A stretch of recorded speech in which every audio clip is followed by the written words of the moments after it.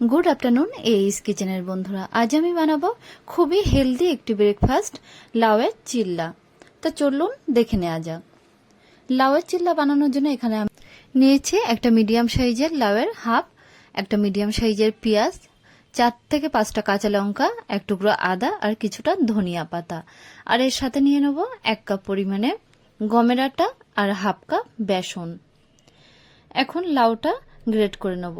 দেখুন লাউগুলো গ্রেট করে নিয়েছি। গ্রেট করা লাউগুলো কয়েকবার জল দিয়ে ধুয়ে হাত দিয়ে জল চেপে নিয়ে নেব। দেখুন ধোয়া হয়ে গেছে, এবার হাত দিয়ে জল চেপে নিয়ে নিচ্ছি একটা প্লেটের মধ্যে। এখন ভেজিটেবলগুলোকে কেটে নেব।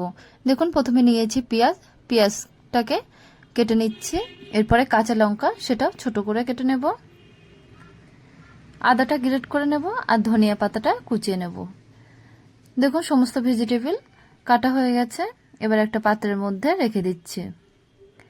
এরপরে ওই পাত্রের মধ্যে দিয়ে দিচ্ছি গ্রেট করা লাউ, হাফ চামচ গোলমরিচের পাউডার, 1 চামচ লবণ, হাফ চামচ জিরে পাউডার, হাফ চামচ হলুদের পাউডার, হাফ চামচ কাশ্মীরি লঙ্কার পাউডার, 1 চিমটি হিং। এরপরে দিয়ে দেব 1 কাপ গমের আটা এবং হাফ কাপ বেসন।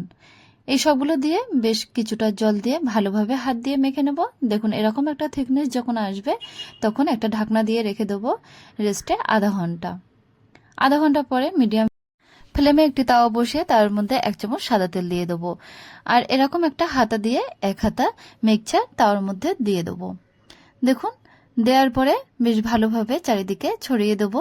এরপর একটা সাইড যখন এরকম কালার হয়ে যাবে তখন উল্টিয়ে দিয়ে অপর সাইডটাও এরকম কালার করে সেঁকে নিতে হবে। দেখুন তৈরি হয়ে গেছে চিল্লা। আমি আবারও একটা চিল্লা বানিয়ে দেখিয়ে দিচ্ছি। দেখুন তাওয়ার মধ্যে 1 হাতা মিক্সচার দিয়ে দিলাম, দিয়ে চারিদিকে ছড়িয়ে দিলাম। তারপরে একটা সাইড যখন হয়ে যাবে তখন উল্টিয়ে দিয়ে অপর সাইডটাও সেঁকে নিতে হবে। এইভাবে সমস্ত চিল্লাগুলো আমি বানিয়ে নিলাম। তৈরি হয়ে গেছে আজকে হেলদি ব্রেকফাস্ট রেসিপি লাউয়ের চিল্লা।